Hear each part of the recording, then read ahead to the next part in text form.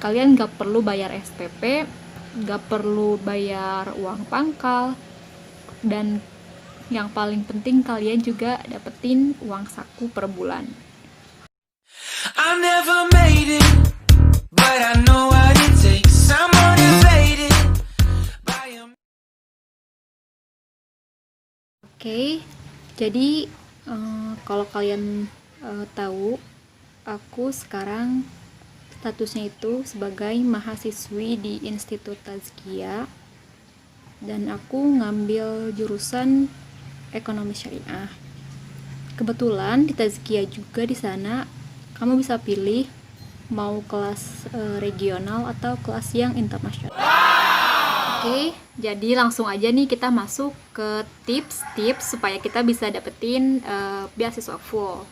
Yang pertama, kalau di Tazkiyah sendiri nanti itu namanya ada smart test. Jadi kita sebelum daftar atau sebelum masuk ke tahap selanjutnya, kita itu harus ikutan dulu yang namanya smart test. Nah, smart test ini terdiri dari beberapa soal. Yang pertama itu nanti ada soal pengetahuan umum, biasanya seputar keadaan perekonomian di Indonesia atau yang lainnya. Terus yang kedua itu ada soal bahasa Inggris, jadi nanti kalian disuruh mengisi grammar, mana sih pilih kayak ya udah pokoknya grammar gitu ya, berbentuk kayak IELTS gitu. Terus yang ketiga itu ada soal PAI, nah pendidikan agama Islam. Nah, ini juga yang paling penting karena yang perlu kita garis bawahi bahwa Tazkiyah ini tuh merupakan kampus yang mengedepankan ekonomi syariah.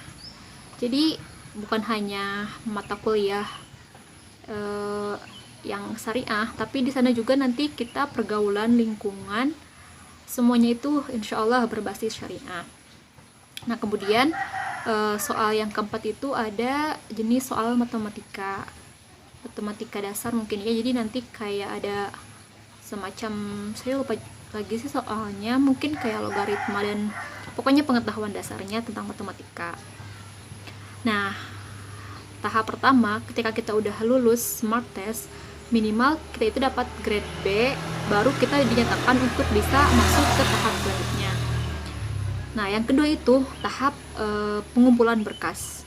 Nah, untuk tahap pengumpulan berkas ini nanti biasanya itu ada transkrip nilai selama 5 semester dari semester 1 kelas 1 SMA atau MA sampai semester 1 di kelas 3.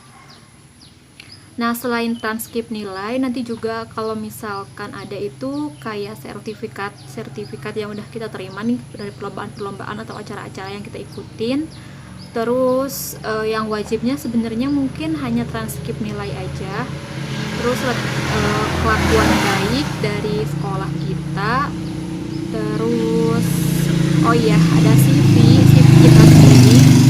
Terus kalau untuk beasiswa ini nanti ada semacam apa ya namanya, kayak life planning ke depan selama 1 tahun kalian mau ngapain, 2 tahun, 3 tahun, 5 tahun, sampai 30 tahun goals hidup kalian.